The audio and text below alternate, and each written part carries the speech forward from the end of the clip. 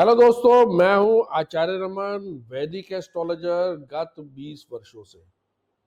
मित्रों, आज का हमारा टॉपिक बहुत ही ज्यादा इंटरेस्टिंग होने वाला है क्योंकि ये टॉपिक बहुत सारे लोगों से ताल्लुक रखता है। जैसा कि आप सब जानते हैं कि आजकल ज्यादा से ज्यादा लोग उपाय के तौर पर या यूं कहे कि एस्ट्रोलॉजी के उपाय के रूप में जेमस्टोन या रत्न का इस्तेमाल करते हैं। मित्रों, आज का टॉपिक हमारा रत्नों को लेकर ही है और जेमस्टोन को लेकर ही है और हम जानेंगे कि इसमें क्या सच्चाई है, ये एक्चुअली रियल है कि ये फेक है। कोई किताबों में, कोई स्क्रिप्चर्स में, किन्हीं वेदों में इनके बारे में पुराने ऋषि मुनियों ने इनके बारे में कुछ कहा है कि नहीं कहा कि रत्न जो है पहनने से आपको रिजल्ट्स आएंगे, आपको जो है अच्छे रिजल्ट्स मिलेंगे, आपके काम बनेंगे। ये क्या कहीं लिखा हुआ है किसी पुरानी एस्ट्रोलॉजी की किताबों में या किसी वेद में या किसी पुराण में? हम ये सारी सच्चाई जो है आज जानेंगे इस इंटरेस्टिंग वीडियो में। और मित्रों, अगर तो ये धोखा है तो फिर तो आप जानते ही हैं कि क्या करना है। और हम लोगों को इस वीडियो द्वारा बताएंगे कि ज़्यादा से ज़्यादा जो है इस धोखे में ना पड़े और रत्न और जेमस्टोन का बहिष्कार करें, क्योंकि ये कहीं नहीं लिखे उपाय के तौर पर। किंतु अगर सच्चाई है तो भी हम जानेंगे कि अगर सच्चाई है तो फिर भी लोगों के रिजल्ट्स क्यों नहीं आ पा रहे हैं। लोग जेमस्टोन पहन रहे हैं और रत्न पहन रहे हैं, लाखों हजारों रुपए इस पे जो है खर्च कर रहे हैं, फिर ये रिजल्ट्स क्यों नहीं आ पा रहे हैं? क्या गलती है इनमें पहनने में, या क्या दिक्कत है, या क्या तरीका गलत है? तो हम सारा कुछ जानेंगे रत्नों के बारे में कि अगर वाकई रत्न पुराने ऋषि मुनियों ने लिखे हैं उपाय के तौर पर पुरानी एस्ट्रोलॉजी किताबों में, हम पैराग्राफ में से किताबों में पैराग्राफ ले लेकर जो है आपको दिखाएंगे, समझाएंगे। और अगर इसमें कुछ भी सच है तो फिर हम एनालाइज करेंगे कुंडली और जानेंगे कि रिजल्ट्स क्यों नहीं आते और लोगों के पैसे, लोगों के होप्स, लोगों के विशेस वेस्ट क्यों चले जाते हैं ये रत्न पहनकर। तो आज हम रत्न के बारे में पूरी सच्चाई जानेंगे और मित्रों साथ में ये भी जानेंगे कि उनको पहनने का क्या सही तरीका है। यानी अगर ये काम करते हैं तो हम आपको बताएंगे कि इसको इस तरीके से पहनिए ताकि आपके लगे हुए पैसे, मेहनत के पैसे, लाखों हजारों रुपए आपके वेस्ट ना हो और आपके पहने हुए रत्न आप सही तरीके से दोबारा पहने और आपको रिजल्ट्स मिले, आपकी होप्स एंड विशेस पूरी हो।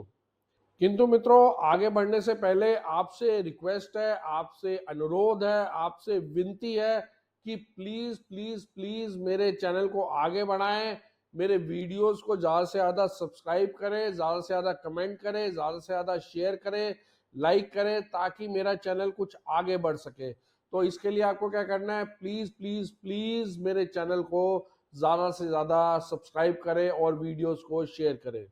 और मित्रों, एक बात और, जैसा कि मैंने अपने चैनल में कम्युनिटी के माध्यम से ये डाला है कि मैं एवरी सैटरडे और संडे दोपहर के टाइम जो है आऊंगा, जिसमें हम आपके प्रश्न लेंगे एस्ट्रोलॉजी को लेकर।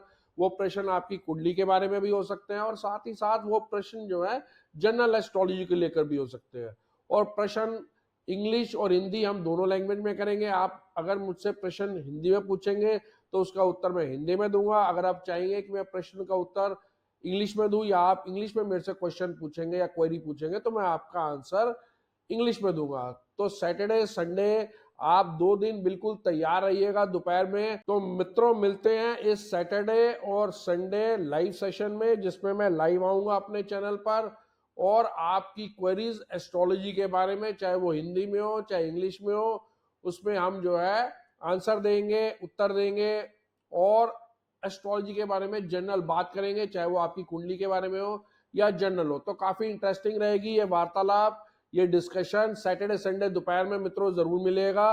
तो चलते हैं इस वीडियो पर, जो आज का वीडियो है रत्न और उसकी सच्चाई जानने के बारे में।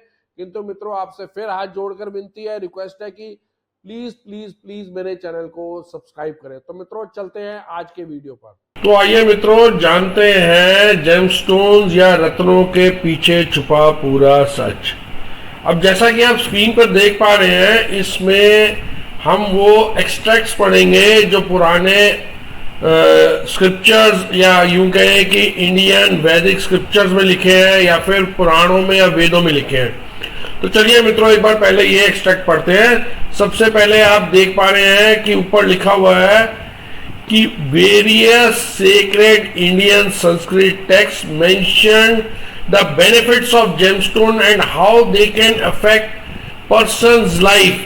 Given below are the few extracts mentioning the same. ऊपर का मतलब क्या हुआ, वो कह रहे हैं कि इंडियन संस्कृत पुराने स्क्रिप्चर में से क्या बेनिफिट्स है जेमस्टोन के, यानी रत्नों के क्या फायदे हैं, वो बता रहे हैं कि जो लिखे गए हैं पुराने स्क्रिप्चर या वेदों में। अब पहला एक्सट्रैक्ट आप देख रहे हैं, ऊपर संस्कृत में वर्स लिखा गया है या यूं कहें कि दोहा लिखा गया है। तो जो वर्स है उसको अब इंग्लिश में पढ़ते हैं। उसका मतलब है The extract from Atharvaved Khand 19 Sukt 6 says that the gemstones are auspicious and have multifarious vital powers that are helpful in various phases of life. They are full of energy, endowed with radiance, have powerful effects and bring sweet result. अब इसका मतलब क्या है, ये अथर्ववेद से लिया गया है और वो लिख रहे हैं कि ये खंड 19 और सूक्त 6 में लिख रहे हैं कि जेमस्टोन्स यानी रत्न जो हैं ऑस्पिशियस शुभ हैं और इनके पास मल्टी पावर या मल्टी फेरस वाइटल पावर है। इनके पास पावर्स हैं, जेमस्टोन्स में पावर हैं। और साथ में लिख रहे हैं कि वो हेल्पफुल हैं in various phases of life. जो जहां तक जीवन जी रहा है, डिफरेंट फेजेस, चाहे वो बचपन हो, नौकरी में हो, शादी में हो, ये सब फेजेस ऑफ लाइफ में ये हेल्पफुल है, पहली बात। फिर वो लिख रहे हैं कि दीज जेमस्टोन, ये रत्न फुल ऑफ एनर्जी है, साथ ही साथ एंडोर्ड विद रेडियंस, चमकदार, और साथ इनके पावरफुल इफेक्ट्स हैं। और ये भी लिख रहे हैं कि पावरफुल इफेक्ट्स हैं और साथ में ये ब्रिंग स्वीट रिजल्ट, यानी शुभ रिजल्ट्स या शुभ फेवरेबल रिजल्ट्स ये देते हैं। यानी अथर्ववेद में लिखा गया है कि ये जो सारे जेमस्टोन हम यूज करते हैं, जहां तक कोई यूज करता है तो उनमें पावर है, वो आपके वेरियस फेजेस ऑफ लाइफ में काम आते हैं, चाहे शादी हो, बच्चा हो, काम हो, नौकरी हो, हेल्थ हो, साथ ही साथ उनके पावरफुल और शुभ फायदे हैं। अब आगे चलते हैं। दूसरा वर्ष जो आप संस्कृत में देख पा रहे हैं वो लिखा गया है। अब ये एक्सट्रैक्ट दोस्तों लिया गया है गरुड़ पुराण में से और ये है आचारा खंड चैप्टर 68 में से। अब ये क्या कहते हैं, ये कहते हैं gemstones have power to absorb one of all sins and work as a counteract against poison, snake bites, disease and other danger. यानी ये गरुड़ पुराण में ये लिखा गया है कि रत्न जो है उनमें पावर है आपके सारे सिंस, यानी आपके सारे बुरे कर्मों को धोने की, और साथ ही साथ वो काउंटरएक्ट करते हैं, यानी प्रिवेंट करते हैं आपको पॉइजन से, स्नेक बाइट से, डिजीज से या अदर डेंजर। यानी आज की डेट में अगर लगा लें तो चाहे वो डेंजर जो है चोरों से हो, थीफ से हो, या फिर एक्सीडेंट से हो, या फिर हेल्थ का डेंजर हो, डिजीज हो, या एनिमी से डेंजर हो, तो गरुड़ पुराण में भी उसके आचार्य खंड चैप्टर 68 में रत्न के बारे में पूरा पूरा लिखा गया है कि इनके पूरे इफेक्ट हैं, ये आपको आपके सारे के सारे बुरे कर्मों से मुक्ति दिला सकते हैं और साथ ही प्रिवेंट कर सकते हैं कि आप पे एनिमीज अटैक ना करें, कोई डेंजर ना आए, डिजीज ना आए, एक्सीडेंट ना हो, यानी शुभता के लिए। अब एक बार तीसरा वर्ष भी पढ़ते हैं। अब ये तीसरा वर्ष मित्रों लिया गया है बृहद संहिता में से, ये चैप्टर 80 में से लिया है और इसमें कहते हैं that a person fortune is connected with the gemstones he possesses, और साथ ही लिखते हैं a natural stone can bring auspiciousness while a used treated stone can bring misery। अब इसमें थोड़ा और उसको जेमस्टोन के बारे में एक्स्ट्रा कहा है बृहद संहिता चैप्टर 80 में। आप ये पुरानी किताबों में जाके देख सकते हैं या फिर यूं कहें कि यूट्यूब में या फिर गूगल पे जाके, विकिपीडिया में जाके आप ये वर्ड्स और ये चैप्टर निकाल के आप देख सकते हैं कि लिखा हुआ है इसमें। अब ये क्या कह रहे हैं मित्रों कि जातक का भाग्य जो है वो जेमस्टोन जो पहनता है या रत्न वो पहनता है, उससे भाग्य जो है बनता है या भाग्य को बना सकते हैं जेमस्टोन पहन के। फिर साथ ही साथ ये कहते हैं कि अगर नेचुरल, दोस्तों दोबारा ध्यान रखना, इसमें थोड़ा जेमस्टोन को लेकर थोड़ा और आगे बढ़े, अगर नेचुरल जेमस्टोन है तो वो ऑस्पिशियसनेस लाएगा, लेकिन अगर किसी का पाया हुआ जेमस्टोन है या यूं कहे कि यूज्ड जेमस्टोन है या फिर ट्रीटेड, उस पर कोई केमिकल रिएक्शन करा है, तो वो आपके लिए मिजरी भी ला सकता है, यानी दुखों का कारण भी बन सकता है। तो बृहद संहिता में बिल्कुल साफ साफ लिखा गया है कि जेमस्टोन जो है आपके भाग्य को बदलने की शक्ति रखता है, उसको इंप्रूव करता है। नेचुरल स्टोन आपके लिए ऑस्पिशियस है, जबकि यूज्ड और ट्रीटेड स्टोन आपके लिए दुखों का कारण बन सकते हैं, मिजरी ला सकते हैं। तो दोस्तों हमने देखा कुछ कुछ सच्चाई तो हमारे सामने आ रही है कि वाकई में ही जेमस्टोन रत्नों के शुभता के बारे में पुराने स्क्रिप्चर में, पुरानी एस्ट्रोलॉजी की किताबों में, या यूं कहें कि पुराने वेदों में लिखा गया है इनके बारे में, ये होक्स नहीं है। लेकिन अभी हम अपनी रिसर्च जारी रखेंगे और चलते हैं और देखते हैं कि अगला स्क्रीन शेयर क्या है। जब तक हम अपनी रिसर्च पूरी नहीं कर लेते तब तक हम जेमस्टोन को पकड़ के बैठेंगे और जानेंगे कि जेमस्टोन की पूरी असलियत क्या है, पूरी सच्चाई क्या है, और साथ में अगर रिजल्ट नहीं आ रहा तो क्या गलती है। राइट, तो चलते हैं अब इसी गहराई को आगे बढ़ते हैं गहराई में। चलिए मित्रों, आइए मित्रों अपनी रिसर्च या यूं कहें कि जेमस्टोन और रत्नों पर रिसर्च को, इस टॉपिक को आगे बढ़ाते हैं। अब जैसे आप ये वाला स्क्रीन शेयर देख पा रहे हैं, इसमें ऊपर जो है संस्कृत में एक वर्ड्स लिखा गया है। आइए नीचे बढ़ते हैं, उस वर्ड्स का मतलब क्या है। वो कह रहे हैं the above quote is from chapter 2 of Asian Jataka Parijata compiled by Shri Vaidyanath Dikshatar in the 19th century and it translates है। ये किताब तो पुरानी है लेकिन वो ट्रांसलेट जो है वैद्यनाथ जी ने करा है 19th सेंचुरी में, यानी 19वीं शताब्दी में। इसमें जो ऊपर वर्ड्स लिखा गया उसके बारे में बता रहे हैं। Ruby is the gem of lord of the sun, pearl is the gemstone of cool moon, red coral is the gem of Mars, emerald is the gemstone of Mercury, yellow sapphire is the gem of Jupiter, diamond is the gem of Venus, blue sapphire is the gem of Saturn, hassonite and cat's eye are the gemstone of planets Rahu and Ketu. That means hassonite for Rahu and cat's eye for Ketu. और नीचे लिख रहे हैं कि gemstones are called the navratnas and they have been widely used since ancient time. According to Vedic astrology they not only counteract the planetary imbalance but are able to increase the benefits of auspicious graha. अब ये जातक परिजात जो पुरानी किताब है, यूं कह के पुरानी किताब है, उसका वर्जन संस्कृत में लिखी गई होगी 19वीं शताब्दी में श्री वैद्यनाथन जी ने करा। उसमें साफ साफ लिखा है रूबी यानी माणिक जो है वो सूर्य के लिए है, या यूं कहेगी सूर्य ग्रह के लिए है। पर्ल या मोती जेमस्टोन जो है वो चंद्रमा के लिए है। कोरल या यूं कहे रेड कोरल जो है वो मंगल ग्रह का रत्न है। एमरल्ड पन्ना जो है वो बुध का रत्न है। येलो सफायर यानी पुखराज जो है वो जुपिटर या बृहस्पति या गुरु ग्रह का रत्न है। डायमंड जो है वो शुक्र का रत्न है, यानी हीरा शुक्र का रत्न है।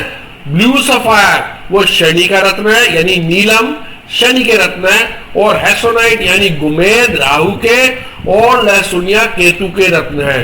और नीचे साफ साफ लिखा है कि जेमस्टोन ये रत्न जो है, या यूं कहे कि ये नवरत्न जो है काफी पुराने एंशिएंट टाइम से वैदिक एस्ट्रोलॉजी में यूज करे जा रहे हैं। और साथ ही साथ ये भी स्पष्ट लिखा है कि ये सिर्फ काउंटरएक्ट नहीं करते प्लैनेटरी इम्बैलेंस, यानी मान लीजिए कि किसी का प्लैनेटरी इम्बैलेंस या यूं कहे कि किसी ग्रह की शक्ति कमजोर है या कोई ग्रह बेनिफिक है यानी फेवरेबल है, शुभ है, लेकिन कमजोर है, तो ना सिर्फ वो प्लैनेटरी बैलेंस को जो है बराबर करते हैं या इम्बैलेंस को ठीक करते हैं, बल्कि increase the benefits of auspicious ग्रह, यानी शुभ ग्रहों का या आपकी कुंडली के हिसाब से फेवरेबल ग्रहों का रत्न पहनने से आपको बेनिफिट्स जो हैं ऑस्पिशियस या शुभ बेनिफिट्स इंक्रीज करते हैं, बढ़ाते हैं। तो मित्रों अब जरूर आपको भी थोड़ा थोड़ा विश्वास जो है बढ़ रहा होगा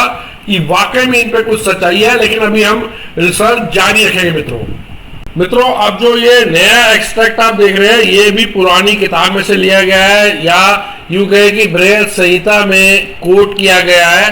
तो वो वाला पार्ट दिखा रहा हूं मैं, वही पार्ट दिखा रहा हूं जो कहीं कहीं पुराने वेदों में से, पुराणों में से या ओल्ड इंडियन स्क्रिप्चर में से लिया गया है। अब आइए पढ़ते हैं इसमें क्या लिखा गया है। इसमें लिख रहे हैं भारत में रत्न धारण करने की प्रथा। चलो जी इसके बारे में हम जानते हैं। भारत में रत्नों के धारण करने की प्रथा बहुत पुरानी है, करेक्ट है जी। ऋग्वेद में मित्रों, ऋग्वेद आपको पता है, ऋग्वेद सबसे ओल्डेस्ट बुक है, ओल्डेस्ट बुक या यूं कहें oldest Veda in the world. आप विकिपीडिया में देखेंगे तो 10 से 12,000 साल पूर्व ये किताब थी, जो सबसे पुरानी या ओल्डेस्ट किताब जो अब तक पता है, दैट इज ऋग्वेद। अब ऋग्वेद में लिखा गया तो सोचो कि रत्न की प्रथा जो है भारत में 10,000 से 12,000 साल पुरानी है। चलिए पढ़ते हैं। ऋग्वेद में रत्न शब्द के आने की बात हम कह आए हैं। इस वेद के छठे मंडल में, ये लिख रहे हैं कि ऋग्वेद के छठे मंडल में, और आप मित्रों ऋग्वेद का पीडीएफ वगैरह आप देख सकते हैं गूगल पे, सब होएगा। छठे मंडल में मैंने भी वहीं से एक्सट्रैक्ट लिए हैं। 16वें सूक्त में 10वें मंत्र में तो रत्न धारण करने का संकेत स्पष्ट ही है। यानी ऋग्वेद में 10,000 साल 12,000 साल पुरानी किताब जो ओल्डेस्ट किताब है उसमें तो रत्न धारण करने का स्पष्ट ही लिखा हुआ है, आप देख सकते हैं। वेदों में वज्र, यानी वेदों में वज्र मतलब स्ट्रॉन्ग, वज्र के समान स्ट्रॉन्ग हीरा, तथा भुजाओं पर व हाथ में वज्र धारण करने वाले वृत्र का वध करने वाले इंद्र का उल्लेख हुआ है। जिन्होंने हीरा पहना हुआ है या हीरे जैसा वज्र है, ये वहां पे पहले ही लिखा हुआ है। यानी ये बता रहे हैं कि ऋग्वेद में पहले ही पता था, बस 12,000 साल पहले, कि हीरा इज एज स्ट्रॉन्ग एज, जैसे हमने आज की साइंस भी यही कहती है। चलिए आगे बढ़ते हैं। वैदिक साहित्य में इन शब्दों का कोई दूसरा अर्थ भी है, भले ही रहो वैदिक साइंस में कोई भले ही दूसरा अर्थ हो, परंतु अग्नि पुराण, गरुड़ पुराण, देवी भागवत, महाभारत, विष्णु धर्मोत्तर आदि प्राचीन ग्रंथों में तो हीरा, माणिक्य, नीलम, पन्ना आदि विविध महारत्नों तथा रत्नों के नाम, उनके प्राप्ति के स्थान, विशेष लक्षण, रत्नों के गुण एवं दोष, उनकी परख, उनकी शुभता अशुभता आदि काफी विस्तार से इनका वर्णन है। ये ऊपर दी गई किताबों में जो पुरानी हमारी संस्कृति है, जो हमारी साइंस थी एक्चुअली, उसमें ये लिखा गया है। और हमारी साइंस आज की साइंस से कहीं ज्यादा आगे थी। तो जब हम न्यूटन के प्रिंसिपल्स मान सकते हैं, आज के आइंस्टीन की थ्योरी ऑफ रिलेटिविटी मान सकते हैं, आर्किमिडीज के प्रिंसिपल मान सकते हैं, तो उस टाइम के जो ऋषि मुनि थे, जहां साइंस इतनी आगे थी, इतनी वास्ट थी, उनके क्यों नहीं मानते? तो चलिए देखते हैं। और प्राप्ति स्थान, विशेष लक्षण, गुण दोष, उनकी परख, शुभता अशुभता आदि का काफी विस्तार से वर्णन है, आप जाके पढ़ सकते हैं। ज्योतिष के प्रसिद्ध ग्रंथ वरामीर द्वारा रचित हुई बृहद संहिता में रत्नों के गुण दोष का अच्छा खासा विवरण दिया गया है। यानी अगर बृहद संहिता पढ़ेंगे आप, जो वरामीर ने लिखी है, उसमें रत्नों के बारे में पूरा, उनके गुण, उनके क्या दोष है, क्या गुण है, उसका पूरा विवरण दिया गया है। तो मित्रों मेरा तो धीरे धीरे रत्न को लेके आई एम बीइंग पॉजिटिव, और मैं ये जानने लगा हूं कि ये जो है वाकई इसमें कुछ सच्चाई है। आशा करता हूं आपको भी यही लग रहा होगा। लेकिन हम अपनी रिसर्च जारी रखेंगे और आखिर में एग्जाम्पल जब तक नहीं देख लेते, एग्जाम्पल के साथ ही करेक्ट रत्न कैसे पहनना है, उसके बाद ही हम अपनी रिसर्च को खत्म करेंगे। किंतु मेरा विश्वास बढ़ रहा है और आशा करता हूं कि आपका भी विश्वास बढ़ रहा होगा कि ये जेन्युइन चीजें हैं जो हमारे वेद पुराणों में कई सालों पहले 10,000 12,000 साल पहले से लिखी गई हैं। तो चलिए मित्रों, अब चलते हैं अगले स्क्रीन शेयर पर। चलिए मित्रों, अब लेते हैं अगला स्क्रीन शेयर और इसमें लिखा गया है, अर्थात ऊपर कहे हुए रत्नों को धारण करने से, यानी रत्नों के नाम बताए हुए हैं, वो काटा हुआ है क्योंकि नहीं तो बहुत छोटा छोटा हो जाएगा, दिखेगा नहीं स्क्रीन शेयर। तो उसमें रत्नों के नाम बताए हैं, जैसे मैंने पहले ही बताया, सूर्य के लिए जो है माणिक, चंद्र के लिए मोती, ये सारे नाम बताए हैं। और उसी के बारे में आगे लिख रहे हैं, ये भी बृहद संहिता का है, ऊपर वर्ष आपको संस्कृत में दिख रहा होगा, अर्थात ऊपर कहे हुए रत्नों के धारण करने से सूर्य आदि, यानी सूर्य और अन्य ग्रह, नव ग्रहों की समस्त पीड़ाएं नष्ट हो जाती है। यानी ग्रह जो पीड़ा देते हैं, उन रत्न धारण करने से वो पीड़ा नष्ट हो जाती है। दीर्घ आयु, आपको लंबी आयु मिलती है और आरोग्य की प्राप्ति होती है, यानी डिजीज फ्री लाइफ, आरोग्य की प्राप्ति होती है। सौभाग्य का उदय होता है, यानी सौभाग्य मिलता है, आपका भाग्य का उदय होता है, धारण करने वाले के अनुकूल रहता है, सौभाग्य मिलता है उसे, और सौभाग्य उदय होकर भाग्य धारण करने वाले के अनुकूल होता है। यानी जो व्यक्ति ये रत्न धारण करता है, भाग्य उसके अनुकूल होता है। साथ ही साथ उसके पास उत्साह, धैर्य और अटूट भंडार में बढ़ जाता है। यानी उसके साथ ये रत्न जो है आपको धैर्य, अटूट भंडार देते हैं, उत्साह और धैर्य का। साथ ही साथ दुश्मन की छाया या दूषित वातावरण उसको कष्ट नहीं देते, यानी अगमल छाया और दूषित वातावरण उसको कष्ट नहीं देते जिन्होंने रत्न धारण किए होते हैं। और साथ ही साथ भूत प्रेत और पिशाच आदि का अथवा प्रभाव कोई नहीं पड़ता अगर आपने रत्न या जेमस्टोन धारण किए गए हैं। इसके अतिरिक्त ज्योतिष शास्त्र में व्यक्ति के जन्म के साथ महारत्नों का संबंध बताया गया है। इसकी पुष्टि भी भारतीय पद्धति में भी यह ग्रह की महारत्न कहे गए हैं। मेष के लिए जैसे महारत्न की पुष्टि की गई है दूसरी किताबों में भी, और यूं कहे कि भारतीय पद्धति में भी, और इन महारत्नों का पूरा महत्व बताया गया है। और साफ आगे लिखते हैं, बताया गया है कि मेष और वृश्चिक राशि के लिए मूंगा, और बुध जो है, बुध और तुला राशि के लिए हीरा, यानी सॉरी वृष और तुला राशि के लिए हीरा, मिथुन और कन्या राशि के लिए पन्ना रत्न, और कर्क के लिए, कर्क और सिंह राशि के लिए, यानी कर्क के लिए मोती, और सिंह राशि के लिए माणिक, इसमें लिखा नहीं है मोती, लेकिन कर्क के लिए चंद्रमा का रत्न है तो मोती, और सिंह राशि के लिए माणिक, और साथ ही साथ धनु राशि के लिए पुखराज, और मकर राशि और कुंभ राशि के लिए नीलम। साथ ही साथ गोमेद भी बोला गया है कि अगर कुंभ राशि है तो गोमेद भी पहन सकते हैं। तो यानी राशियों के हिसाब से रत्नों का विवरण जो है, विस्तृत विवरण जो है दिया गया है पुरानी किताबों में, पुराने स्क्रिप्चर में। जैसे मैंने बताया, इसको डिटेल में आप देख सकते हैं। मेष राशि के लिए कौन सा रत्न है, जैसे मेष और वृश्चिक के लिए मंगल का रत्न है, ये सब लिखा गया है, इसकी विस्तृत जानकारी है। तो यानी एक बार फिर हम इस बात को दोहराते हैं कि रत्नों के बारे में पूरा लिखा गया है कि इनमें आखिरकार जरूर कोई सच्चाई है। जब हर किताब, हर पुराने वेद, पुराण और हमारे स्क्रिप्चर जो है इसके बारे में लिख रहे हैं तो जरूर इसमें कोई सच्चाई होगी। आइए दोस्तों कंटिन्यू करते हैं और एक स्टेप और आगे अपने आप को बढ़ाते हैं। चलिए मित्रों, अब ये आखिरी स्क्रीन शेयर लेते हैं और इसके बाद जानेंगे कि क्या तरीका सही है एग्जाम्पल कुंडली से, क्योंकि मुझे विश्वास है पूर्ण रूप से कि ये वाला भी एक्सट्रैक्ट पढ़ के आपको समझ आ जाएगा कि वाकई रत्नों के बारे में सच्चाई है, ये फायदा करते हैं, ये झूठ नहीं है। ज्योतिष शास्त्र में इनके बारे में लिखा गया है और पूर्ण रूप से विस्तार से लिखा गया। तो चलिए मित्रों चलते हैं लास्ट अपने एक्सट्रैक्ट पर, उसके बाद एग्जाम्पल कुंडली लेंगे और फिर जो है अंत करेंगे इसका।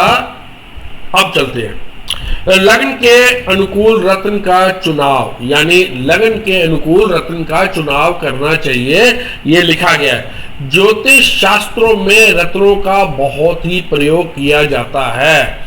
लगन का स्वामी जो ग्रह हो, उस ग्रह से संबंधित रत्न को पहनने का आदेश दिया जाता है। यानी पुराने स्क्रिप्चर, वेद पुराणों में लगन का स्वामी जो ग्रह हो, उससे रिलेटेड, उस ग्रह से संबंधित जो है आपको रत्न पहनना चाहिए। ज्योतिष शास्त्र में लगन यानी असेंडेंट का महत्व कुंडली के शेष 11 भावों से कहीं बढ़कर है।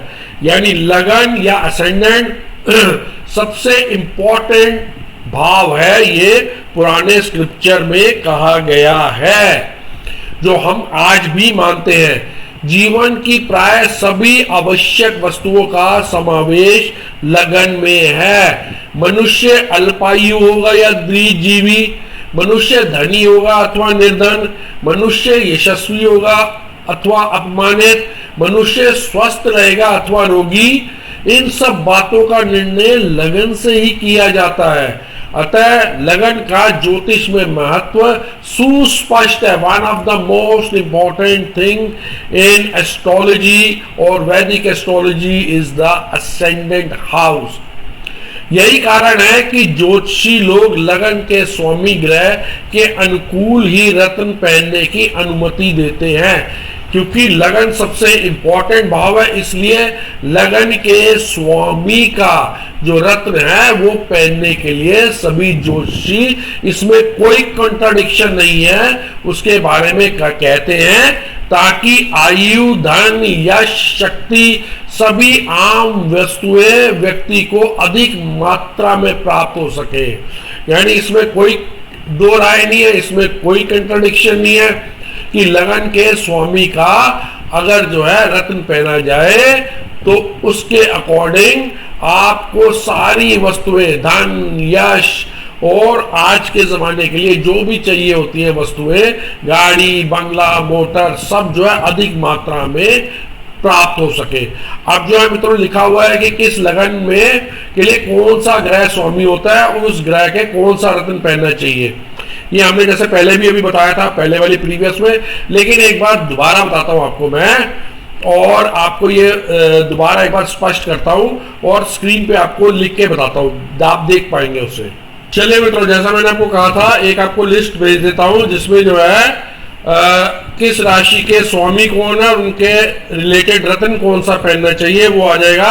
सबसे पहले बता दूं आपको कि असेंडेंट या लगन आपकी कुंडली में जो सेंटर में लिखा होगा, असेंडेंट जहां पे या लगन लिखा होगा, वहां पे 1 नंबर से लेकर 12 नंबर राशियां लिखी होंगी और उनके स्वामी कौन है, उनके लिए कौन सा रत्न है, वो आपको बताता हूं। जहां 1 नंबर लगन में लिखा है वो राशि होगी मित्रों मेष राशि, और मेष के स्वामी है मंगल ग्रह और उनसे रिलेटेड रत्न है मूंगा। यानी मेष राशि वाले जिनका लगन मेष राशि का है वो मूंगा पहन सकते हैं। जिनका लगन वृषभ राशि का है, यानी लगन में अगर 2 नंबर लिखा गया है तो वो वृषभ राशि है, उसका स्वामी जो है स्वामी ग्रह शुक्र है और उनके लिए जो रत्न है वो हीरा पहन सकते हैं।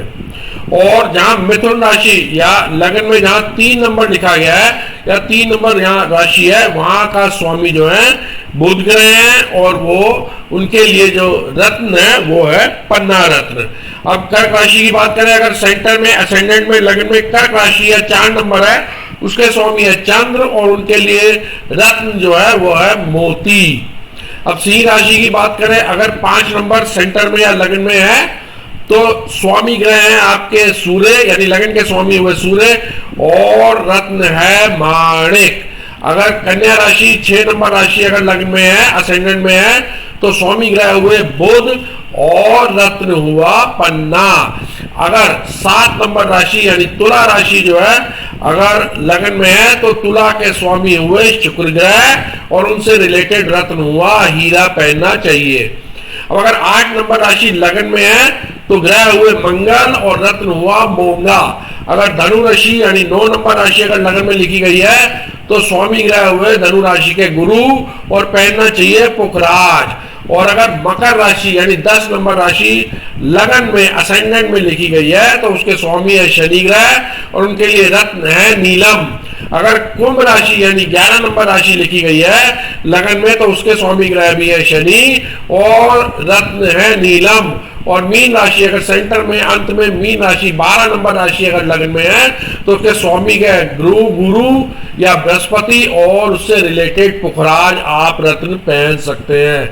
तो मित्रों हमने डिटेल में जान लिया कि कौन से राशि यानी कौन सी लगन राशि के लिए कौन सा स्वामी ग्रह है और उनसे रिलेटेड कौन सा रत्न है। आइए मित्रों अब चलते हैं एग्जाम्पल कुंडली की ओर और फिर फिनिश करते हैं। काफी लंबा वीडियो हो गया लेकिन अगर अंत में हमें समझ आया कि यस वाकई रत्नों में कुछ सच्चाई है तो हमारा काम पूरा हो जाएगा। तो चलिए मित्रों आगे बढ़ते हैं। अब मित्रों जैसा कि आपसे प्रॉमिस किया था कि अंत में जो है एक एग्जाम्पल कुंडली लेंगे और उसके द्वारा समझेंगे कि कौन सा रत्न पहनना चाहिए।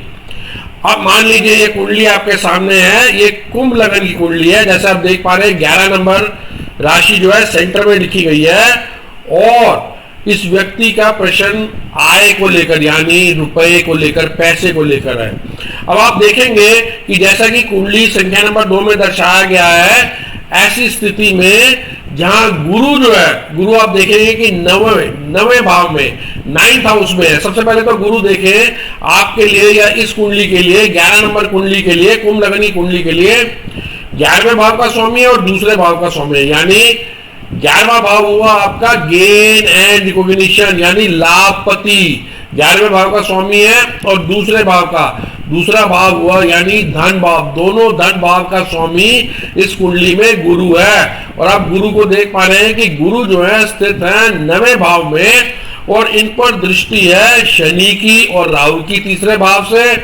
और मंगल की दृष्टि है दूसरे भाव से। तो जैसा कि आपने देखा कि गुरु जो स्वयं आय के कारक अर्थ का कारक है और साथ ही साथ एकादश भाव के स्वामी यानी लाभपति और धन भाव के स्वामी हैं उनके प्रतिनिधि करने वाले गुरु ग्रह टोटली पाप प्रभाव में हैं। तो मित्रों जैसा आपने देखा कि गुरु या बृहस्पति ग्रह राहु शनि और मंगल से दृष्ट होकर पाप प्रभाव में है और एकादश यानी 11वें भाव के स्वामी है लाभपति भी है और धन भाव के स्वामी है यानी दोनों पैसे के भाव धन के भाव गुरु ही संभाल रहे हैं और गुरु खुद कारक भी है अर्थ के या यूं कहें कि धन के। तो अब ऐसे में तो मित्रों स्वाभाविक है ऐसी स्थिति में कि अभिष्टि होगा ऐसे व्यक्ति का और साथ ही साथ आय का स्तर बहुत ही नीचे होगा या यूं कहें कि होगा ही नहीं या बहुत कम होगा। तो ऐसे में व्यक्ति को क्या करना चाहिए पुखराज पहनना चाहिए। तो ऐसे में जहां आय का मामला है या फिर यूं कहे कि आय का स्वामी हाईली अफ्लिक्टेड है तो उसके लिए पुखराज पहने इस कुंडली के लिए और अगर महादशा चल रही है तो और भी जरूरी हो जाता है। तो मित्रों हमने आज की डेट में पुराने स्क्रिप्चर से पुराने वेदों से पुराने पुराणों से हमने ये तो जान लिया है कि पूरी वैल्यू है जेमस्टोन और रत्नों की और इन्हें पहनना चाहिए यूं कहें कि इन्हें पहनना आवश्यक भी है और इस कुंडली द्वारा हमने देख लिया है कि इनको कैसे पहने। मित्रों वीडियो जरूर थोड़ा लंबा हो गया लेकिन अगर रिजल्ट पॉजिटिव आया है सबको समझ आया है कि रत्नों की क्या वैल्यू है ज्योतिष शास्त्र में और ये टोटल सच्चाई है और इसको पहनने से रिजल्ट आते हैं और सही रतन सही टाइम पे सही मुहूर्त से पहनने चाहिए तो रिजल्ट जरूर आएंगे। तो आशा करता हूं मित्रों आपको मेरा वीडियो पसंद आया होगा। अगर आपको मेरा वीडियो पसंद आया है तो जरूर इस पे अपने कमेंट करें, इसे ज्यादा से ज्यादा शेयर करें, लाइक करें और सबसे जरूरी बात मित्रों विनती करता हूं और रिक्वेस्ट करता हूं आपसे कि प्लीज प्लीज प्लीज मेरे चैनल को आगे बढ़ाने में सहयोग दें और मेरे चैनल को जरूर जरूर सब्सक्राइब करें। धन्यवाद मित्रों, बाय, टेक केयर।